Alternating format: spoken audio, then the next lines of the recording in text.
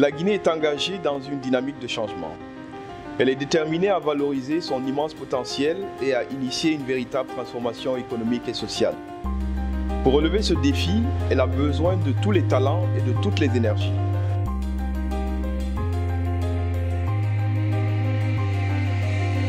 Je suis Aïssata Beavogui, directrice générale de Guinea Alumina Corporation, GAC SA, qui est spécialisée dans l'exploitation de la bauxite.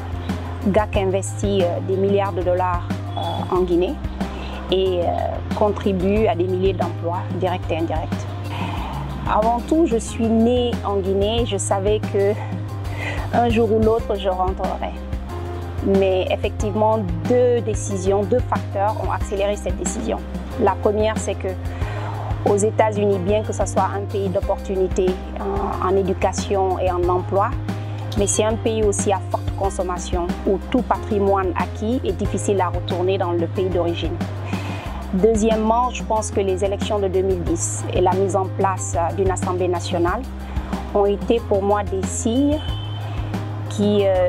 précurseurs qui me disent que la Guinée est enfin prête à avoir un environnement économique, des affaires durables, potentiellement qui pouvait attirer des investisseurs. Honnêtement, ça n'a pas été facile. Le conseil que je donnerais à tout le monde, c'est d'oser et de prendre des risques, parce que ça paiera toujours un jour. Je m'appelle Agui Bouli, je suis directeur général et fondateur du groupe IBS. Mon parcours a commencé il y a 6 ans aux États-Unis en Floride, où j'ai pris un poste dans une société qui s'appelle ITC Global, qui m'a ramené en Afrique et avec laquelle on a développé un business de télécommunications. Entre-temps, dans cette aventure, on a aussi créé la société IBS, qui est plutôt locale. À IBS, on essaie de mettre en place une plateforme de fourniture et de support pour le secteur minier et de l'industrie. Je pense que la Guinée, c'est un pays d'opportunités, c'est un pays où tout est à faire. Et c'est un pays qui a besoin de toutes ses ressources humaines pour pouvoir faire évoluer la situation sur le terrain.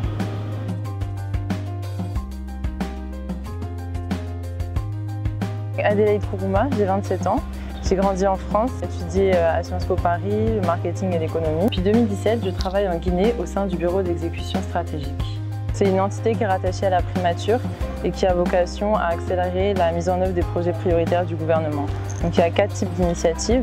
Une initiative de relance de la filière ananas, une initiative de développement de la formation dans le secteur minier et 2 initiatives en lien avec le renforcement d'une part du leadership et d'autre part de la gouvernance. Je travaille en particulier sur une initiative de relance de la filière ananas. L'enjeu, c'est d'apporter un appui tout au long de la chaîne de valeur, du stade de la production au stade de la commercialisation. L'objectif, c'est d'atteindre des résultats tangibles dès 2018 avec une relance des exportations d'ananas frais vers les marchés à fort potentiel et à terme, c'est aussi d'accompagner la relance de la transformation locale. Ce qui m'a notamment intéressé dans ce projet, c'est le fait qu'ils sont accompagnés par un cabinet international d'Alberg, donc il y a vraiment une approche orientée résultat et avec vraiment des méthodes de travail issues du monde du secteur privé et du conseil en stratégie.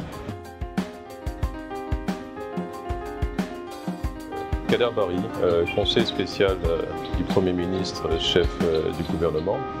J'ai développé une expérience principalement au sein du secteur bancaire et financier, à Paris puis à Londres.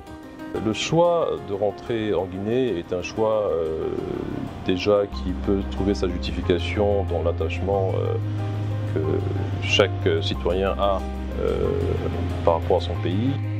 J'ai toujours été interpellé par le paradoxe que mon pays vit depuis plusieurs décennies. J'interviens dans une chaîne de contribution dont la sommation permet justement d'apporter des résultats. Ce sont ceux que l'on peut observer depuis l'arrivée du président Alpha Condé à la tête du pays. Il faut faire le choix d'être un acteur. Vous avez la possibilité de nous rejoindre et de participer efficacement à ce renouveau économique et social.